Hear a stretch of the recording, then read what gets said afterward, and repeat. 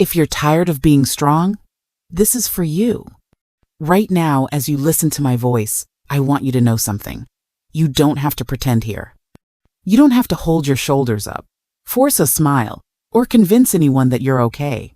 Because the truth is, you've been carrying weight that no one else can see. And that weight? It's been crushing you slowly, quietly, for far longer than you care to admit. When was the last time someone asked how you were, without expecting you to be okay? When did you last cry, and not apologize for it? When did you last feel permission to simply collapse? I see you, the one who fixes everyone else's broken pieces, while your own heart shatters in silence. The one who says, "I'm fine," when your soul is screaming. The one who believes that being strong means never showing cracks. But what if I told you that everything you've been taught about strength is a lie? What if your breaking isn't your failing, but your beginning? Stay with me. Your healing starts right here. You're the one everyone calls when life falls apart. When marriages crumble, when dreams shatter, when hearts break, they call you because you're strong. You're dependable. You're the rock that never moves, never cracks, never breaks. But let me ask you something that no one else dares to ask. You're the one everyone leans on. But who holds you? Every morning, you wake up and put on that mask. The mask that says, "I've got this." The mask that smiles when you want to scream. The mask that says, "Of course I can help," when you're drowning in your own chaos, and you wear it so well that even you've forgotten it's a mask. You've become the designated strong one, the family therapist who never gets therapy, the friend who fixes everyone's problems while your own pile up like unopened letters, the shoulder everyone cries on, while your tears fall in empty rooms where no one can witness your humanity. Here's what they don't tell you about being the strong one. It's not strength. It's survival. It's the learned behavior of a child who discovered that love comes with conditions. That approval requires performance. That your worth is measured by how much you can carry without complaint. So you carry it all. Their pain, their problems, their expectations. You carry your mother's disappointment, your partner's stress, your children's futures, your friends' dramas. You carry deadlines and responsibilities and everyone else's emotional baggage until your arms are so full, you can't even hold yourself. And the exhaustion? God, the exhaustion is bone deep. It's not just tired, it's soul weary. It's the kind of fatigue that sleep doesn't fix, because it's not your body that's tired, it's your spirit. Your spirit is tired from pretending, tired from performing, tired from being strong when what you really want to do is fall apart. But here's the truth, they never taught you. The strongest thing you can do is admit you're breaking. The bravest thing you can do is take off the mask. What would happen if you stopped carrying everyone else's weight? What would happen if you finally said, "I can't do this anymore"? The loneliest moments aren't when you're physically alone. They're when you're surrounded by people and still feel invisible. You smile in public and break in private. You laugh at dinner parties while your heart is screaming. You give advice. You make jokes. You ask about their lives. And no one thinks to ask about the shadows under your eyes. No one notices that your laugh sounds hollow. No one sees that you're drowning in plain sight. And then you come home. You close the door, and the silence hits you like a wall. Suddenly, there's no one to perform for, no one to convince, no one to be strong for, just you. And the deafening quiet of your own thoughts. You pour yourself coffee, and it grows cold in your hands because you forget to drink it. You stare out windows at nothing, feeling everything, and nothing all at once. The television plays in the background, but you're not watching. You're just existing. Barely. This is where the real you lives. In these stolen moments between performances. In the space between, "How are you?" and "I'm fine." In the pause before you force another smile. You cry in the shower because it's the only place no one can hear you. You sob into pillows at 2 a.m., muffling the sound so you don't wake anyone. You sit in your car after work, gripping the steering wheel, letting the tears fall because you can't hold them anymore. And the worst part? You feel guilty for feeling this way. Because your life looks good on paper. Because other people have it worse. Because you're supposed to be grateful. Because being sad feels selfish when everyone needs you to be strong. But here's what no one tells you about this kind of loneliness. It's not about being alone. It's about being unseen. It's about carrying burdens that no one acknowledges. It's about suffocating behind a smile that everyone believes is real. You've become a ghost in your own life. Present but not really there. Alive but not really living. Surrounded but completely alone. But what if? What if this breaking open isn't your ending? What if it's your beginning? But you're terrified, aren't you? Terrified of what would happen if you stopped pretending, if you let the mask slip, if you allowed yourself to fall apart. Why are we so afraid of being seen as weak? Close your eyes and go back. You're 7 years old, crying because something hurt. And what did they say? Big girls don't cry. Be brave. Stop being such a baby. You're 10 and your world is crumbling. But they tell you to handle it, because that's what strong people do. You're 15, heartbroken for the first time, and they say, get over it, because dwelling on pain is weakness. You're 25, drowning in responsibility, and they remind you that life is hard for everyone, so stop complaining. Layer by layer, year by year, they taught you that your pain was an inconvenience, that your tears were manipulation, that your breaking was a character flaw. They convinced you that love was conditional on your strength, that acceptance required performance, that your worth was measured by how much you could endure without complaint. So you learned. You learned to swallow your screams. You learned to smile through your shattering. You learned that being human was something to apologize for. But what if everything they taught you was a lie? What if the very thing you're most afraid of, falling apart, is actually the most human thing you could do? What if your tears aren't weakness but wisdom? What if your breaking isn't failure but breakthrough? Here's the truth they never told you. Strength is not the absence of breaking. Strength is not pretending you're okay when you're dying inside. Strength is not carrying everyone else's pain while ignoring your own. Real strength is the decision to rise after you fall. Real strength is crying when you need to cry. Real strength is saying, I can't do this, when you can't do it anymore. Real strength is choosing to feel your feelings instead of numbing them, to face your pain instead of running from it, to break open instead of staying closed. The strongest people aren't the ones who never fall apart. They're the ones who fall apart and still choose to put themselves back together. What if your breaking isn't your weakness? What if it's your way home to yourself? What if I told you that your softness is your superpower? What if softness isn't weakness? What if crying is how your soul breathes? What if the very thing you've been taught to hide is actually your medicine? Listen to me carefully. Your tears are not a sign that you're falling apart. They're a sign that you're finally coming alive. Every sob that you've been holding back, every scream you've swallowed, every breakdown you've avoided, they're not your enemy. They're your healing, waiting to happen. You've been taught that vulnerability is dangerous, that opening your heart means getting hurt, that showing your wounds makes you a target. But what if vulnerability isn't weakness? What if it's medicine? Think about it. When you finally let yourself cry, really cry, what happens? The pressure releases. The tension melts. Something shifts inside you, doesn't it? That's not breakdown. That's breakthrough. That's your soul finally exhaling after holding its breath for years. Your body knows what your mind has forgotten. That tears wash pain away. That sobbing releases what words cannot touch. That collapsing is sometimes how we find our foundation again. There is something sacred in the moment when you stop fighting your feelings and start feeling them. When you stop running from your pain and start running toward your healing.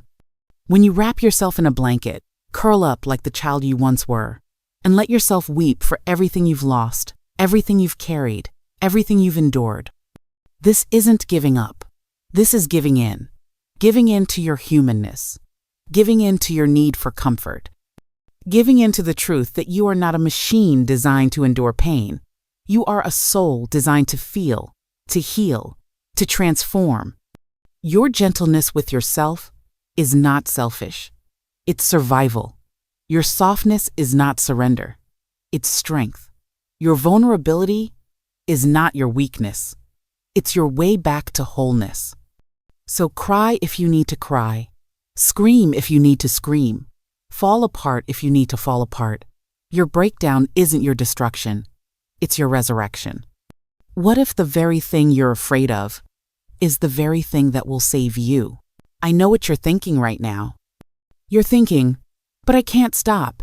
If I stop, everything will fall apart. If I rest, I'm weak. If I pause, I'm giving up. But listen to me. Pausing is not quitting. Resting is not surrendering. Taking a breath is not abandoning your responsibilities. You've been running on empty for so long that you've forgotten what it feels like to be full. You've been pushing through pain for so many years that you think endurance is the same as living. You've been holding your breath for so long that you've forgotten how to breathe. But your worth is not measured by how much you can endure without breaking. Your value is not determined by how much pain you can carry without complaint. Your love is not earned by how much you can sacrifice without asking for anything in return. You are not a machine built for endless productivity. You are not a beast of burden created to carry everyone else's load. You are a human being. A tender, beautiful, fragile human being who deserves rest, who needs gentleness, who requires care. When was the last time you walked somewhere without rushing? When did you last sit in silence without feeling guilty? When did you last do absolutely nothing and feel okay about it? There is profound courage in slowing down in a world that demands you speed up. There is radical rebellion in choosing rest in a culture that worships exhaustion. There is deep wisdom in saying enough when everyone expects you to say more. Imagine this. You're walking in nature, not hiking, not exercising, not accomplishing anything, just walking, one foot in front of the other. No destination, no timeline, no pressure. Just you, breathing, being, existing. The trees don't judge you for moving slowly. The wind doesn't rush you along. Nature simply holds you, as you are, where you are. This is what rest looks like. Not laziness, not giving up, not failure, but returning to yourself, returning to your rhythm, returning to the pace your soul was meant to move at. You don't have to earn your rest. You don't have to deserve your peace. You don't have to prove you're tired enough to stop. You are enough, exactly as you are. Your being is enough. Your existence is enough. What would happen if you finally gave yourself permission to just be? You are allowed to fall apart. Let me say that again, because I know you didn't believe it the first time. You are allowed to fall apart. You are not broken. You're just human. And being human means sometimes you shatter. Sometimes you crumble. Sometimes you come completely undone. And that's not your failure. That's your design. There's an ancient Japanese art called kintsugi.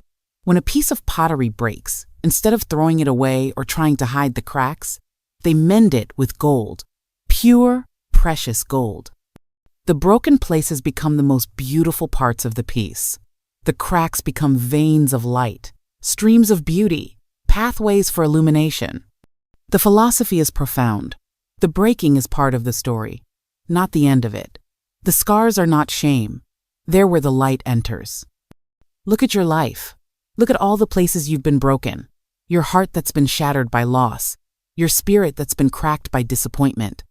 Your dreams that have fallen apart in your hands. Your trust that's been fractured by betrayal. Your hope that's been chipped away by life's endless demands. What if I told you that these aren't your damage? What if these are your gold veins? What if every crack in your heart is exactly where the light gets in? What if every broken place is exactly where your beauty begins? You've been trying so hard to hide your fractures, to cover your scars, to pretend you're still whole in the way you used to be. But what if wholeness doesn't mean unbroken?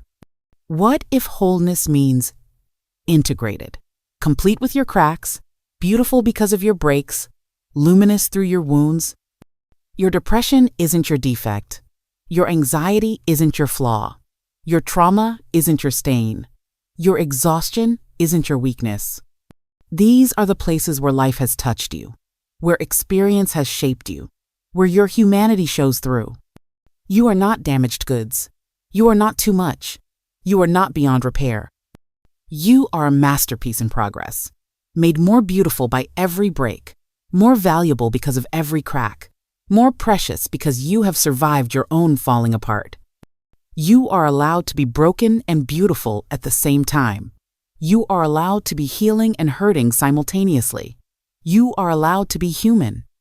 Your cracks are not your shame. They're where your light shines through. You've been so strong for so long. Maybe now it's time to rest. Right here, in this moment, I want you to do something radical. I want you to place your hand on your heart. Feel it beating. That steady rhythm that's been carrying you through every storm, every sleepless night, every moment when you thought you couldn't go on, but you did.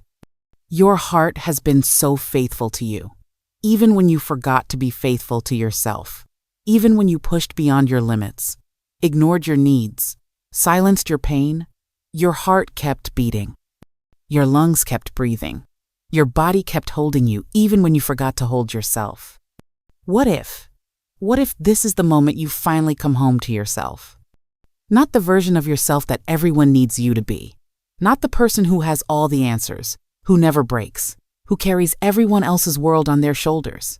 But the real you, the tender you, the human you who deserves the same gentleness you give to everyone else. Look at how you care for others. When someone you love is hurting, what do? You speak softly. You listen without judgment. You offer comfort without conditions. You wrap them in understanding. Hold space for their pain. Tell them it's okay to not be okay. Now, when was the last time you offered yourself that same tenderness? Your inner child, the one who learned too early that love required performance, that worth meant usefulness, that being human was something to apologize for, they're still inside you, waiting, hoping, longing for someone to finally say, "You don't have to earn my love. You don't have to be perfect to belong here. You are enough, exactly as you are." That someone is you. So let this space be your breath, your break, your belonging. Let this be the moment you stop running from your humanness and start running toward your wholeness. Let this be where you finally wrap your arms around all the parts of yourself you've been trying to fix, hide, or change. You are seen, not the mask you wear, not the performance you give, not the strength you project, but you, the real, raw, beautiful, broken, healing you. You are seen in your 3 a.m. tears, in your quiet desperation, in your bone-deep exhaustion. You are seen in your gentleness, your resilience, your capacity to love even when your heart is cracking open. You are enough. You have always been enough. Your worth isn't measured by how much you can carry, how long you can endure, or how perfectly you can perform. Your worth is inherent, unchangeable, written into the very fabric of your being. And you don't have to hold it all together anymore. The pieces of you that have scattered, gather them gently. The parts of you that are tired, let them rest. The places in you that are wounded, hold them with the tenderness of a mother caring for her hurt child. If your soul feels tired, stay. This is your home. This space where you don't have to be anything other than exactly who you are. Where your breaking is welcome, your healing is honored, and your being is enough. You are home. You are held. You are loved. Not for what you do, but for who you are. Welcome home to yourself.